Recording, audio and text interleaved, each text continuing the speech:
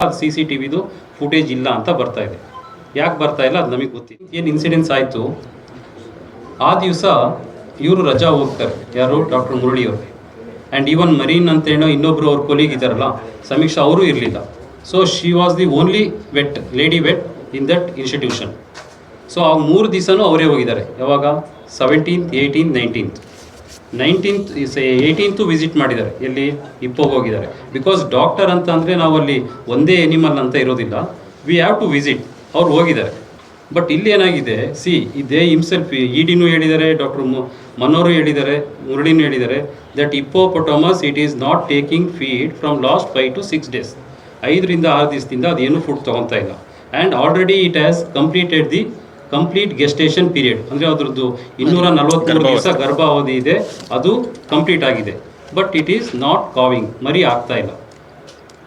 So then you see normal ಅಂತ ಅವ್ರಿಗೆ instruction ಕೊಟ್ಟಿದ್ದಾರಂತೆ. ಅಲ್ಲಲ್ಲ, ನಾರ್ಮಲ್ ಅಂತ ಅಂದರೆ ಅದರಲ್ಲಿ ಹೇಗೆ ಬಿಹೇವಿಯರ್ ಇರುತ್ತೆ ಅಂದರೆ, before calving that hippopotamus itself will get separated from the herd. Maybe ಅದ್ರ ಪಾರ್ಟ್ನರ್ ಜೊತೆನೋ 3-4 ಇದೆ, ಅದ್ರ ಜೊತೆ ಅದು ಸಪ್ರೇಟ್ ಆಗಿಬಿಡುತ್ತೆ. ಸಪ್ರೇಟ್ ಆಗಿ ಐದರ್ ನೀರಲ್ಲೇ ಇರ್ಬೋದು ಅಥವಾ it may come out of that water area. Separate ಬಂದ್ಬಿಡುತ್ತೆ 5 ದಿವಸ, ಅದು ಸಪ್ರೇಟಾಗೇ ಇರುತ್ತೆ. ಅದರ ಆ್ಯನ್ಯುವಲ್ ಬಿಹೇವಿಯರ್ ಅದು. But on its own it may give delivery also. But ಇದು ಅಬ್ಸರ್ವೇಷನಲ್ಲಿ ಇಡಬೇಕು. ಅಬ್ಸರ್ವೇಷನಲ್ಲೇ ಮಾಡ್ತಾ ಇದ್ದಾರೆ 4-5 ಡೇಸಿಂದ, ಅದನ್ನೇನು ಇದು ಮಾಡ್ತಾ ಇಲ್ಲ. ಬಟ್ ಈ ಥರ ಇದ್ದಾಗ ಮತ್ತು ನಾನು ನಿನ್ನೆ ಮುರಳಿ ಕೇಳಿದಾಗ ಇಲ್ಲ ಸರ್ ನಾವೆಲ್ಲ CCTV ಇಟ್ಟಿದ್ದೀವಿ, ಬಿಕಾಸ್ ಅದು ಎವ್ರಿ ಡೇ, ಬಿಕಾಸ್ ಒಂದು ಸಫಾರಿಯಲ್ಲಿ ಹಾಕುತ್ತೆ ಅಂತಂದರೆ it is a big pride for us. Tiger ಇರ್ಬೋದು, ಹಿಪ್ಪೋ ಇರ್ಬೋದು, ಈ ಥರ. ಸೊ ಅದನ್ನು ನಾವು 24 hours ನಾವು ಮಾನಿಟರ್ ಮಾಡೋದಕ್ಕಾಗೋದಿಲ್ಲ. ಯಾರು ಅಲ್ಲಿ ಫಿಸಿಕಲಿ ಮಾನಿಟರ್ ಮಾಡೋದಕ್ಕಲ್ಲ. We have placed the CCTV 24/7 CCTV work ಆಗ್ತಾ ಇದೆ. ಫ್ರಮ್ ನಾವೇ ಅಲ್ಲೆಲ್ಲ ಮಾಡಿಸಿರೋದು ಅಂತ ಮುರಳಿ ಹ್ಯಾಸ್ ಅಕ್ಸೆಪ್ಟೆಡ್. ಬಟ್ ನಾನು ನಿನ್ನೆ ಮೊನ್ನೆ ಇಲ್ಲಿ ನೋಡಿದಾಗ ಅದು CCTVದು ಫುಟೇಜ್ ಇಲ್ಲ ಅಂತ ಬರ್ತಾ ಇದೆ. ಯಾಕೆ ಬರ್ತಾ ಇಲ್ಲ ಅದು ನಮಗೆ ಗೊತ್ತಿಲ್ಲ. Because what incidence has occurred that night it has to come out. ಒಂದು. ಎರಡನೇದು, ಅದು ಏನು ಎನ್ಕ್ಲೋಜರ್ ಇದೆಯಲ್ಲ, ಎನ್ಕ್ಲೋಜರ್ 7 feet ವಾಲ್ ಒಳಗೆ ಹಿಪ್ಪೋಪೊಟಮಸ್ ಪ್ಲೇಸ್ ಮಾಡಿದಾರಲ್ಲ, ಜನರಲಿ ಈ ಒಂದು ಕೀಪರ್ ಹಿಮ್ಸೆಲ್ಫ್ ಈ ಯೂಸ್ ಟು ಗೋ ಅಂದರೆ ಲ್ಯಾಡರ್ ಏಣಿ ಹತ್ಕೊಂಡು ಒಳಗೆ ಹೋಗ್ತಾರಂತೆ.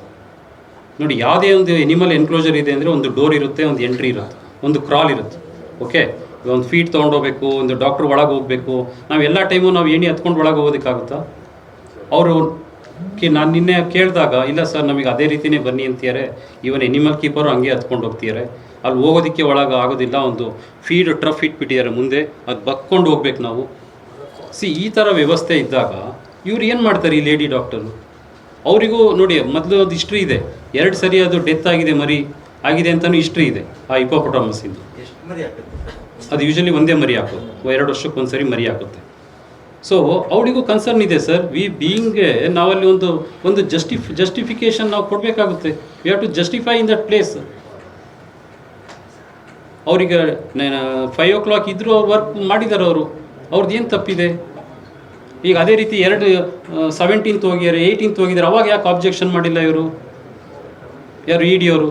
ಇವಾಗ ಒಂದು ನೈಟ್ ಪ್ಯಾಟ್ರೋಲಿಂಗ್ ಅಂತ ಇರುತ್ತೆ ಎನಿ ಝೂ 24/7 ಝೂ ಸಫಾರಿಯಲ್ಲಿ 24/7 ದೇ ಹ್ಯಾವ್ ಟು ವರ್ಕ್. ಯಾರು ಆನ್ 8 hours ಬೇಸಿಸ್. DYRF ಅವ್ರಿಗೆ ಇಬ್ಬಿಬ್ಬರು ಫಾರೆಸ್ಟ್ ಇರ್ತಾರೆ, RFOs ಇರ್ತಾರೆ. In their presence only we have to get inside the cage. ಆಮೇಲೆ ಹಿಂಗೆ ಡಾಕ್ಟ್ರು ಬರ್ತಾ ಇದ್ದಾರೆ ಅಂತ ಗೊತ್ತಿರುತ್ತಾನೆ.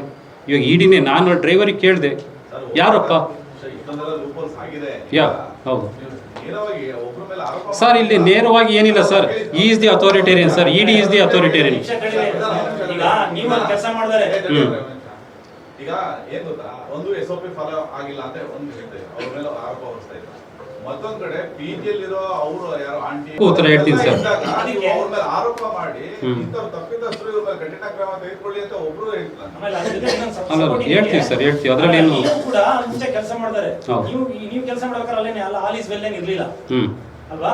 ಅಲ್ಲಿ ಆಲ್ ಈಸ್ ಈಗಲಿಲ್ಲ ಆದ್ಮೇಲೆ ಅವಾಗಲಿಲ್ಲ ಅಂತ ಅರ್ಥ. ಹೌದು. ಅವತ್ತು ಕೂಡ ನೀವು ನಿಮ್ ಫಸ್ಟ್ ಇದನ್ನ ಹೇಳ್ಕೊಳ್ಳಿಲ್ಲ ನೀವು. ಅಂದ್ರೆ ನೀವು ಅದಕ್ಕೆ ಒಪ್ಕೊಂಡಿದ್ರ ಆ ವ್ಯವಸ್ಥೆಗೆ? ನಾನು ಅವಾಗ I was a full time doctor there.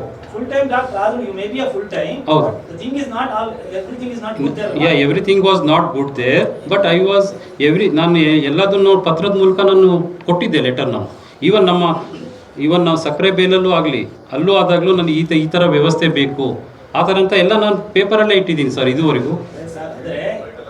Direct ಆಗಿ ಹೇಳ್ತಾ ಇಲ್ಲ ನೀವು. ಸರಿಯಾಗಿದ್ರೆ ಈ ಪರಿಸ್ಥಿತಿ ಬರ್ತಿಲ್ಲ. ಹೌದು ನೀವ್ ಹೇಳ್ದಂಗೆ ಅವೆಲ್ಲ ಇನಿಷಿಯೇಟ್ ಆಗಿದ್ರೆ ಹೌದು. ಈ ಪರಿಸ್ಥಿತಿ ಬರ್ತಾ ಇರಲಿಲ್ಲ. ಮತ್ತೆ ಹಾಗಿದ್ದಾಗ ನೀವು ಅದ್ರ ಬಗ್ಗೆ ಏನಾದ್ರು ಕ್ರಮ ಆಗೋಕ್ಕೆ ಡಿಮ್ಯಾಂಡ್ ಮಾಡಿದ್ರ ಅದ್ರ ಪರಿಣಾಮ ಪೆನಾಲ್ಟಿ ಇವತ್ತು ಕಟ್ಟಿದ್ದೀರಾ ಅಲ್ವಾ?